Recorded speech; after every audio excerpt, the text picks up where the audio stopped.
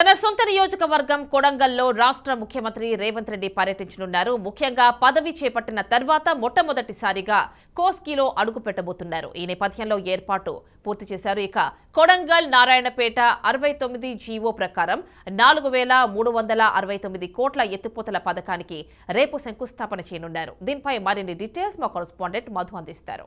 ముఖ్యమంత్రి రేవంత్ రెడ్డి తన సొంత జిల్లాలో పర్యటించబోనున్నారు. రేపు వివిధ అభివృద్ధి కార్యక్రమాలకు శంకుస్థాపనలు చేయనున్నారు. అయితే ఇక్కడ ఉన్న ఏదైతే పాలిటెక్నిక్ కళాశాల కావచ్చు, బీటెక్ కావచ్చు, అదేవిధంగా వివిధ అభివృద్ధి కార్యక్రమాలు అన్నిటి కూడా ప్రారంభించే అవకాశాలు ఉన్నాయి. రాష్ట్ర ముఖ్యమంత్రిగా ఏర్పడిన తర్వాత 2 పర్యాయాలు పర్యటన ఉన్నప్పటికీ రద్దు కావడం జరిగింది. మూడోసారి అంటే రేపు కొడంగల్ నియోజకవర్గంలోని కోస్గి ప్రాంతంలో మనం చూస్తున్నాం. మన కెమెరా పర్సన్ కూడా చూపించడం జరుగుతుంది.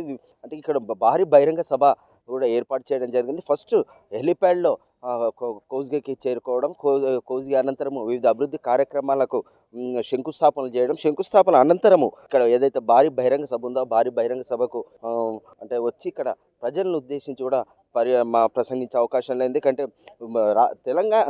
తెలంగాణ ఏర్పడిన తర్వాత 2 పర్యాయాలు కేసీఆర్ ముఖ్యమంత్రిగా, మూడోసారి రేవంత్ రెడ్డి ముఖ్యమంత్రి కావడము, ఇక్కడ కాంగ్రెస్ పార్టీ అధికారంలోకి రావడము అదేవిధంగా ఈ పాలమూరు బిడ్డ రేపు తాను ప్రాతినిధ్యం వహిస్తున్న కొడంగల్ నియోజకవర్గంలో కోస్గి ప్రాంతంలో పర్యటించే అవకాశాలు ఉన్నాయి. ఎందుకంటే గతంలో చాలా సందర్భాలు అంటే పాలమూరు బిడ్డగా ఈరోజు రాష్ట్ర ముఖ్యమంత్రిగా కొనసాగుతున్న నేపథ్యంలో పక్కడబందీ ఏర్పాట్లు కూడా పోలీసులు అదేవిధంగా రెవెన్యూ అధికారులు కూడా అందరూ కూడా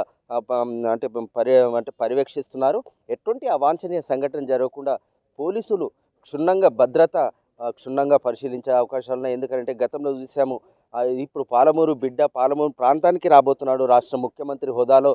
ఇక్కడికి రాబోతున్న సందర్భంగా ఎలాంటి అవాంఛనీయ సంఘటనలు జరగకూడదు. ఏ ఒక్కరు కూడా ఏది కూడా అంటే తక్కువ కాకుండా ప్రతి ఒక్కరికి వచ్చే ప్రజలు ఎవరైతే ఉన్నారో వాళ్ళందరినీ రేవంత్ రెడ్డి ప్రసంగాన్ని పాలమూరు బిడ్డగా మొట్టమొదటిసారి అంటే ఇక్కడికి రావడము, రాష్ట్ర ముఖ్యమంత్రిగా ఇక్కడ రావడం కూడా హర్షించదగ్గ విషయంగా కూడా జనాలు అనుకుంటున్నారు. అయితే రేపు రాష్ట్ర ముఖ్యమంత్రి ఇక్కడికి వచ్చి ఎలాంటి ప్రసంగం ఇవ్వబోతున్నారు, ఎలాంటి హామీలు ఇవ్వబోతున్నారు ప్రజలకు చూసాం. మన అధికారులు కూడా జిల్లాకు సంబంధించిన అధికారులు, అదేవిధంగా వికారాబాద్ ప్రాంతానికి సంబంధించిన అధికారులు, నారాయణపేట ప్రాంతానికి సంబంధించిన అధికారులు అందరూ కూడా తమ అధికారులతో పర్యవేక్షిస్తున్నారు. ఎక్కడ ఎలాంటి లోటుపాట్లు కూడా జరగకుండా ఉండేందుకు కూడా పర్యవేక్షిస్తున్నారు. ఇంకా రేపు ముఖ్యమంత్రి పర్యటించిన నేపథ్యంలో భారీ బహిరంగ సభకు వీళ్ళు ఏర్పాట్లు కూడా చేయడం జరిగిందని కూడా చెప్పుకోవచ్చు.